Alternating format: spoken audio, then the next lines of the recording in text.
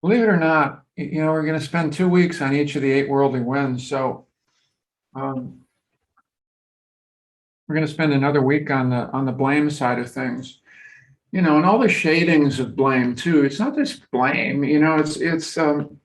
It's being criticized. It's being not validated, not appreciated, not seen, not held, not empathized with. Right? It could be all of the shadings. All of these things have those shadings from more extreme to blame when blame is not deserved, to blame when blame is has something to do with this.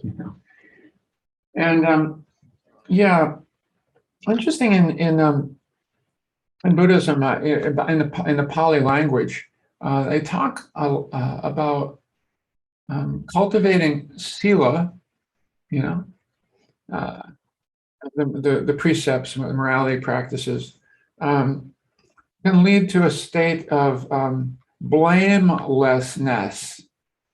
I was always intrigued by that word. I never heard it anywhere else. Blamelessness, which of course means, I suppose, this is a relative potential, less likely to have, if we're doing a lot of right speech and right action, et cetera, maybe we'll get blamed less, right? Yeah. Doesn't mean we won't get blamed, but less likely to be blamed, I think, is the intention of that. Interesting framing of that. And there's some truth to it, probably. Yeah, some truth to that. We would like to think so. We would like to think that would be so. And blame is so much connected with, I was thinking this morning, that the difficult person, in metta practice, which is considered to be the most challenging area for us to be offering metta, would be to the difficult person in our lives, those difficult people. Who are those difficult people anyway? What does that mean? I think more in terms of difficult moments,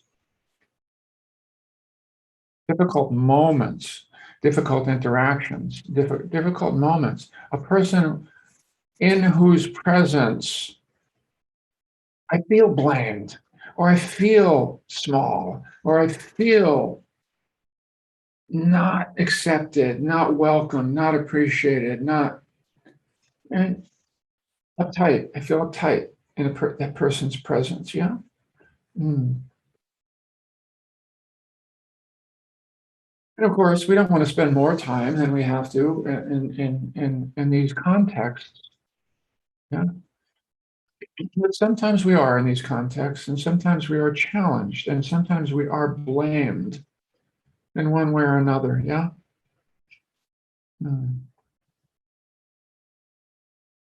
These are some of the reflections I have when I feel blamed. Or I could say not really appreciated, or a little bit dissed, dissed. Yeah. And some of them are so obviously defensive, although, they can be momentarily helpful. I do like this. I may have shared this with you before. It's a quote from Leibniz, the philosopher Leibniz. And there's some truth to it. He says, what Peter says about Paul says more about Peter than it does about Paul. Which is true. There's a lot of truth to that. We all have our own karmic makeup, our own disposition, our own reactivities. We have them, but other people have them as well. I may, and it may have less to do with me than to their projection onto me, right? I mean, we have to. It's good to hold that position a little. At least reflect on it. What is it? Who do I remind that person of? Yeah. Have you ever had that sense that you walk into somebody's company for the first time, you feel uncomfortable, but there's no actual reason there. We all have these ghosts in our closet. People remind us of other people, of other difficult moments, of other difficult situations, right? We have that. I remember I had a niece who spent a lot of time in a hospital early on. She had infant death syndrome. She was a lot in 4-point restraints, and when she was 2 years old, it was awful. And I would visit her in the hospital, and she became a mental health counselor, later on in life, and did some psychotherapy. And she realized at first she never understood why when anyone would walk into the room where she was as an adult wearing white, she would feel fearful and anxious because she was surrounded by nurses when she was a baby who were all dressed in white at that time. Do you know? We carry forward, so some of those people who would walk into the room felt blamed by her. It's just her reaction. There's someone dressed in white. So there's some truth to that too. That another person comes with their full palette of sensitivity, but also reactivity. Do you know? Yeah. I do contemplate that. I think about that. Another one is, I just thought of this phrase this morning. You know how these things come back that you haven't thought of for like 40 years?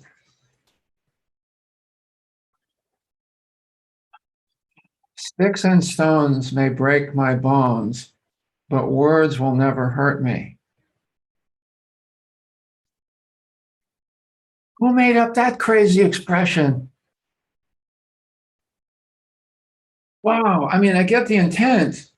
I get the intent, you know, to not take things too much to heart, but we're sensitive beings. I have to be a stone myself to not be affected by words. We are affected by words. We are affected by words. Yeah, maybe that helps somebody be a little bit more resilient, or I don't think so. I think there's a defensive posture in that. I find it not so helpful at all. I never did. Yeah, yeah. Hmm. I try to reflect, oh, this person probably was having a bad day. This person probably had rougher causes and conditions growing up than I did.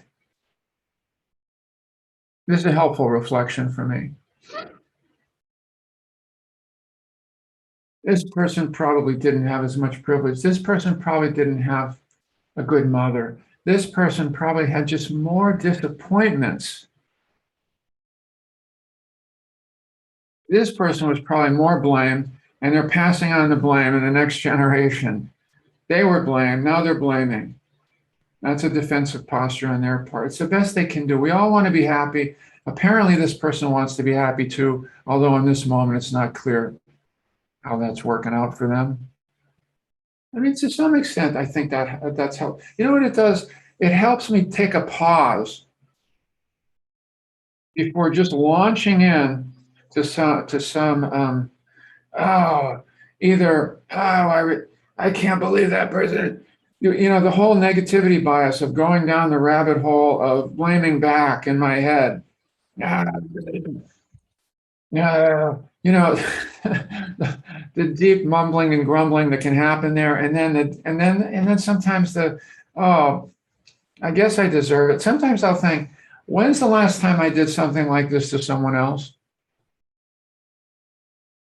That's a helpful reflection too. Part of it is like I've heard others. I have. Uh, I don't want to think about it in this moment, but it helps. All these things help with the pause button a little bit, and it moves it a little bit more. Just instead of just stress chemicals being released into the body, and let me just hang out with this. And rah, rah, rah, rah, rah, rah.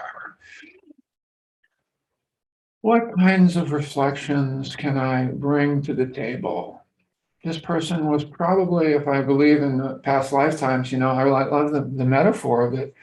This person, look, at one point or another was close to me. We were in a close relationship. Maybe it was my mother, maybe it was a good friend, da, da, da, da, da. Whatever reflections help us to just have a little bit more balance. And the overall thing for me is just not to respond too quickly.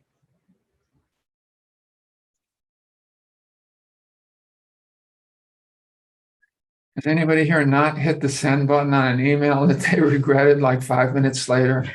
You know, you know what I mean? You know what I'm saying? Have we all done that? But also spoken more quickly for myself. It's taken me a long time to give myself permission to take a little bit more time. First of all, is this a pinprick or an arrow?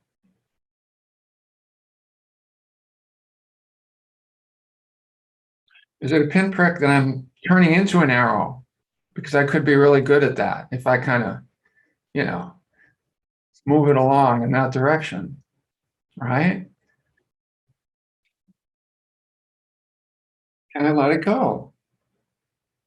And I just breathe with it a little bit. Just give it some room, and just try to frame it up and reflect on it a little bit and let it go, or not.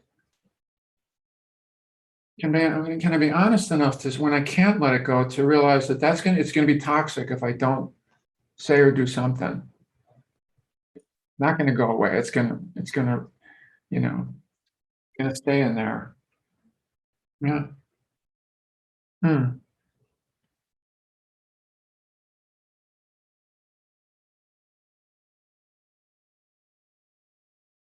Can I rant and rave a little bit on my own and let out some of the wilder energies in response to what just happened first before I whatever the next step is. Yeah.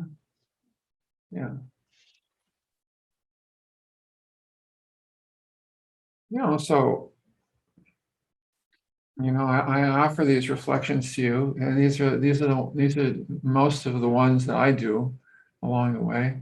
I tried from a Dharma angle, you know, a psychological angle, from a humble angle.